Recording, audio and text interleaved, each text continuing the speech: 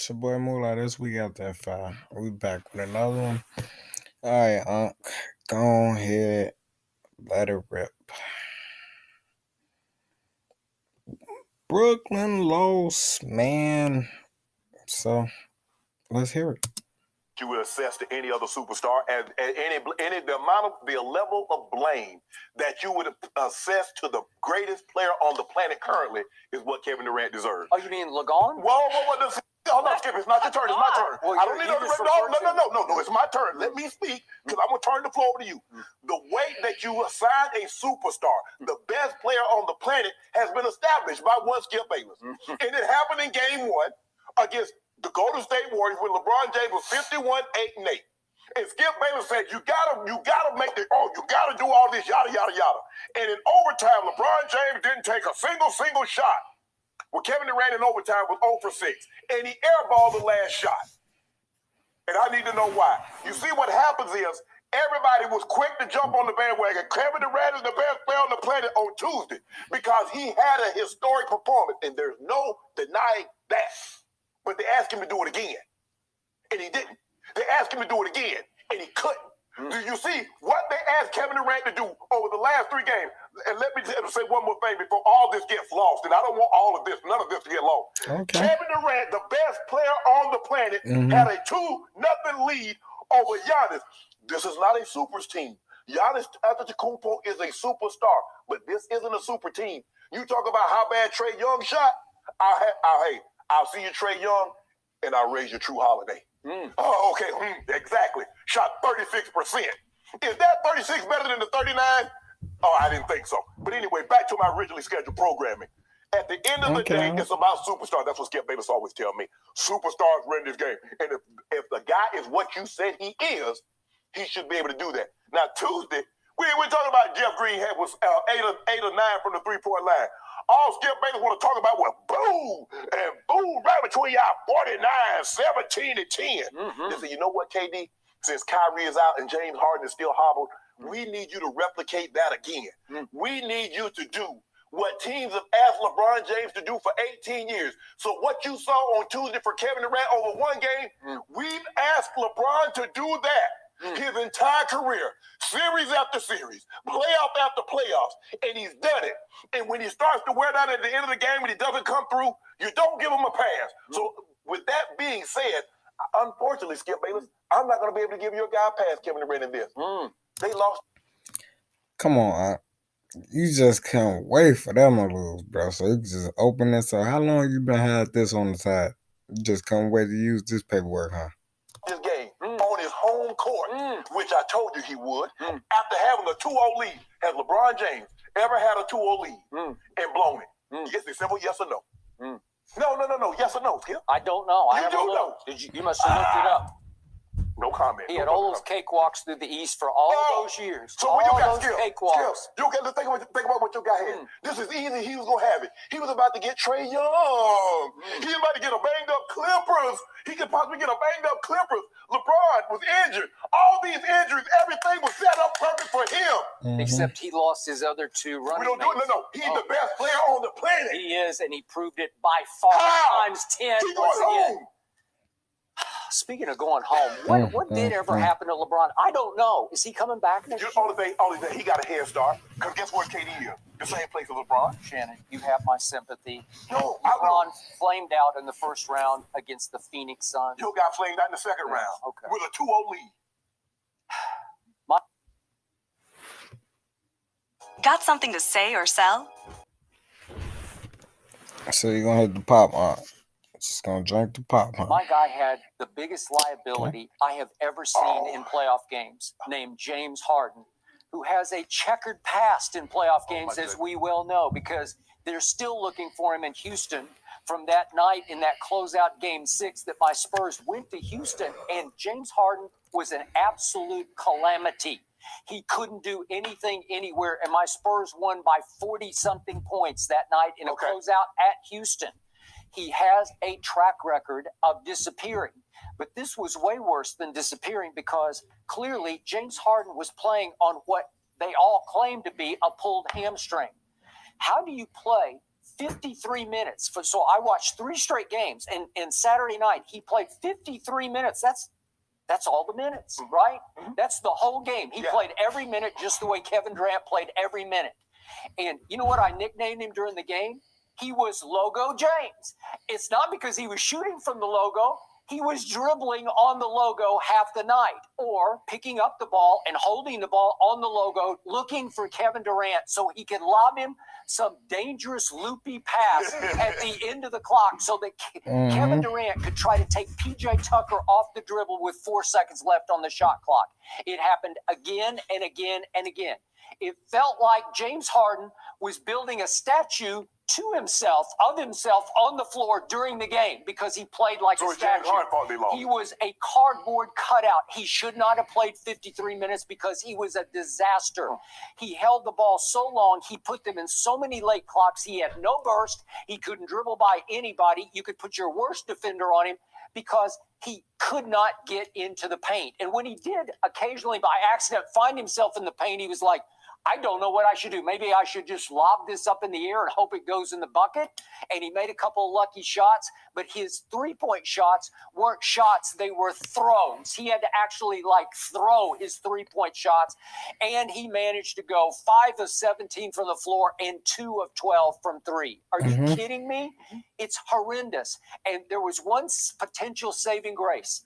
A kid who once upon a time won the three-point shootout on All-Star Saturday night named Joe Harris. What happened? And Joe Harris was an even bigger disaster because the stage was too big for Joe Harris. He finally got to this moment, and he had nothing but wide open shots. After shot, after shot. If we could see the final one that knocked me right off my couch, because this is for the marbles. This is to put them up 3 in overtime. Up 3 with 56 seconds left in overtime. It's just wide open. He shot it flat. It barely got to the rim. It was just horrendous. If we could see it one more time, KD gets blocked by Brook Lopez, but they get the rebound and give it back. That was Jeff Green kicking it for a wide open 3. By the way, speaking of Jeff Green, who scored 27 points in Game 5, he took no shots on Saturday night. No shots and scored no points. But Skip, here's the thing. Look how little he played. What is Steve Nash thinking about? I don't know. He played 13 minutes. Thank you. But you took no shots in 13 minutes. I have no idea how that happened. Skip. The thing is that, first of all, Kevin Durant played the 3rd most minutes he'd ever played over 3 games, period, in his career. Remember that overtime series they went in 2014. But KD was 25.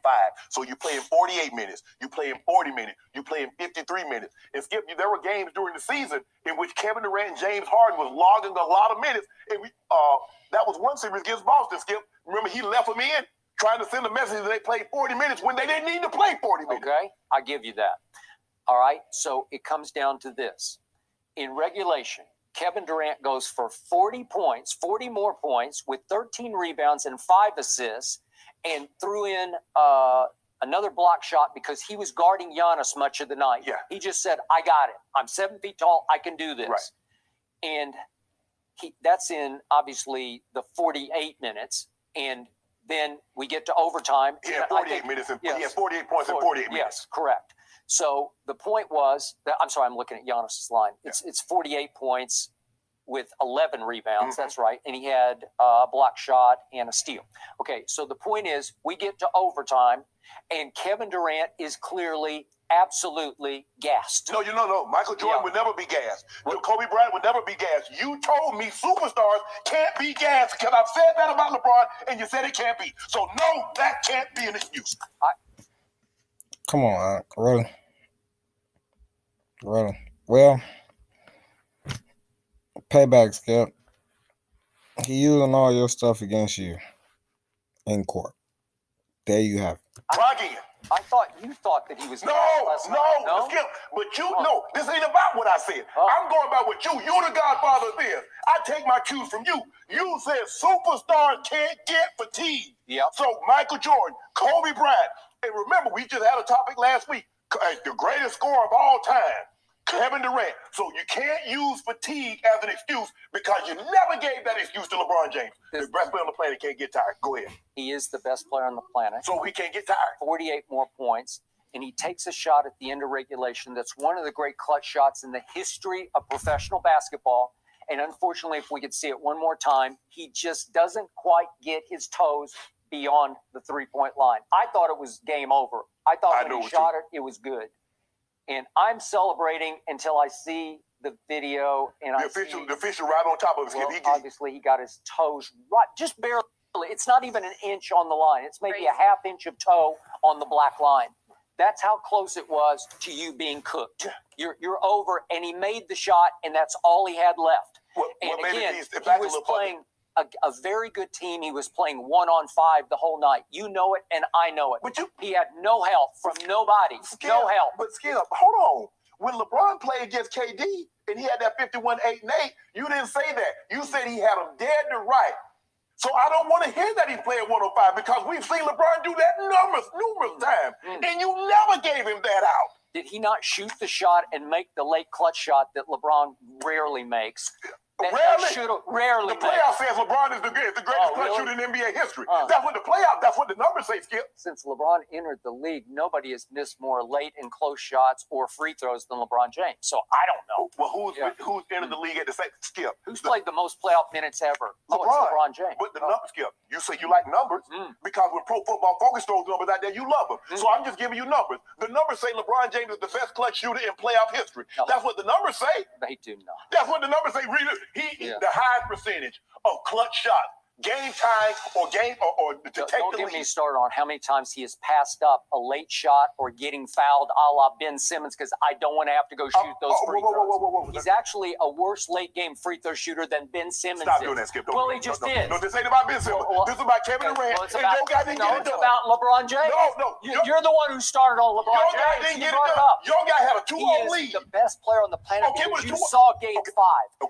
Nobody could have kept this team in this series because I don't even know what they're doing. Why don't you play DeAndre Jordan against Giannis a little bit? Just a little bit to bother him. They didn't play Claxton. They didn't play anybody. They didn't play anybody. They went small as you can go. It doesn't matter, Skip. If you got the best player on the planet, they could have trotted out Caruso or whomever or James. It does not matter. That's what you keep telling me about LeBron. I'm telling you about JR. I'm telling you about Dellavedova. I'm telling you about Mozgov. You said that he's the best player on the planet. He's got to win.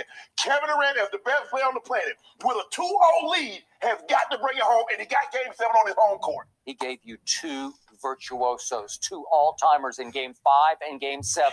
And he made one of the great clutch shots ever. And unfortunately, it only tied because he barely had his tippy toes on the black. Hold on. If it's just a quarter of an inch back, even if it looks like they're raised up above the black, you're done. Skip, we saw LeBron James average a triple-double for the entirety of the finals. And you said it was this wasn't about LeBron James. No. We saw LeBron average a triple-double. And you said it didn't matter. Kevin Durant had 2 historic games. It shouldn't matter. He lost. That's what everybody tells me. LeBron lost. It doesn't matter what he does. Your guy, the best player on the planet, had a 2-0 lead. Forget everything else. He had a 2-0 lead, and he lost it. Here's Kevin Durant's numbers for 7 games against one of the best defensive teams in professional basketball, a team in Milwaukee that is heavily favored to beat Atlanta, which I'm sure it will because it's just better than the Atlanta Hawks are. That team, going 1-on-5 with KD, he goes 35, 11, and 5 in those 7 games. 35, 11, and 5 assists with 2 steals a game and a block a game. That's best player on the planet. Skip, I've never seen anything quite like it. There's nothing like it. Skip, I saw LeBron James average 36, 13, and 9. I've seen him do that against the Golden State Warriors, who was higher-rated defensively at the time than the Milwaukee Bucks. I saw him do it against Toronto. I saw LeBron James average 34, 8, and 8, not for a series, the entire playoffs, and you never gave him credit. Talking about 2015? I did give him credit. It's the best. I've told you 1,000 times the first 3 games are the best I've ever seen him play. And we get to Game 4 in his house. And just because they put Iguodala on him, he just shrinks. And he goes 7 of 22. Kevin Durant shrunk. 5 of 10. Kevin Durant shrunk. LeBron goes 5 of 10 from the free throw line in that Game 4 in 2015 in his house. Think about it. How can you do that and they get blown off the floor? 36, 13, and 9. He shrunk, but Kevin Durant stood tall. So think about what you just said, Skip Bayless. You said LeBron James shrunk with a 2-1 lead. Your guy had a 2-0 lead. Well, it went home and home because Milwaukee's really good at home. Okay, what happened in Game 7 on your court? That's what I need you to tell me. Now, don't mention Jeff Green played 13 minutes and then take a shot. I don't want to hear anything about him. Talk about your guy not bringing it home. 48 points happened in regulation, and a great clutch shot happened at the end of regulation, and it's all he had left. It's all he had left. He had played every single minute. Wait, help me out. Has LeBron ever played a whole playoff game of every single minute? Yes. Including overtime? You know, actually, what Kevin Durant did that last last Tuesday when he played every single minute. Yep. LeBron James did that in the conference finals against the Boston Celtics every single minute. Every got a triple-double. But I don't want to talk about him. I'm talking about your guy. That's all you're talking about is LeBron James. And Shannon, I'm sorry. I wish I could help get him back in the playoffs for you, but I can't. Well, can you get Kevin? Look on. Let me ask you a question. Can you get KD back in the playoffs? Nope. Why not?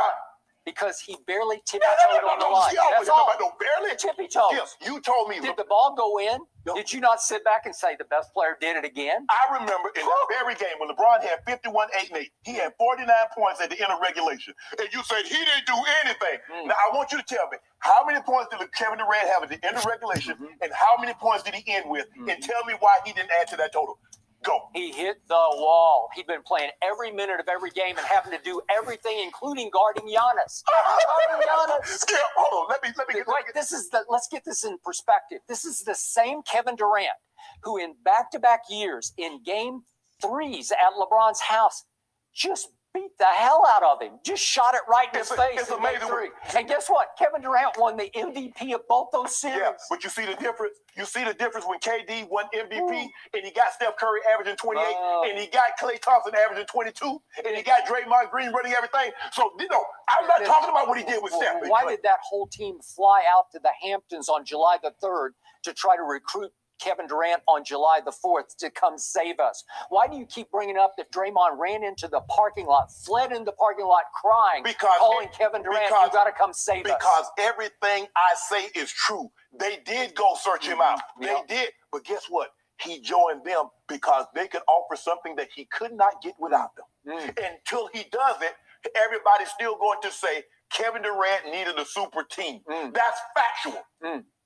So now I need you to tell me again. Now I don't want to hear anything about the best player being tired because that is concessions that you've never made for any other great player. You said Kobe, you said Jordan never get tired. LeBron James as the best player can't get tired. Why are you making these concessions?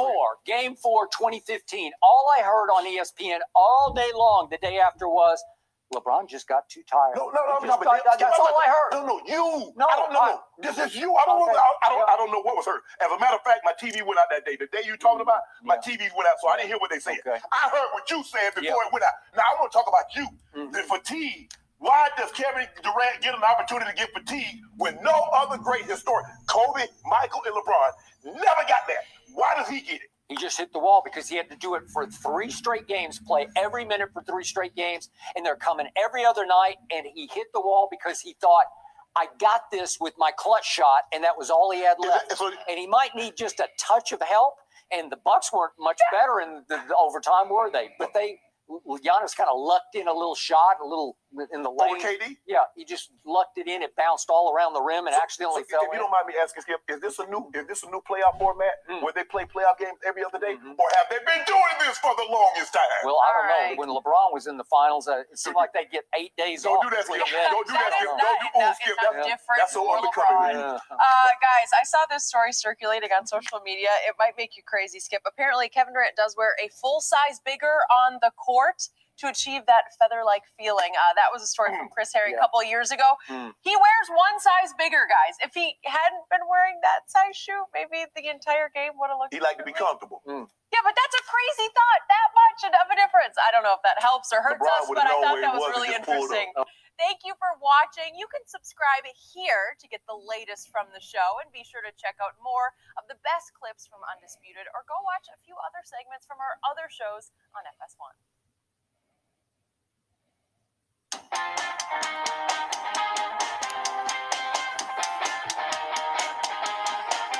Woo!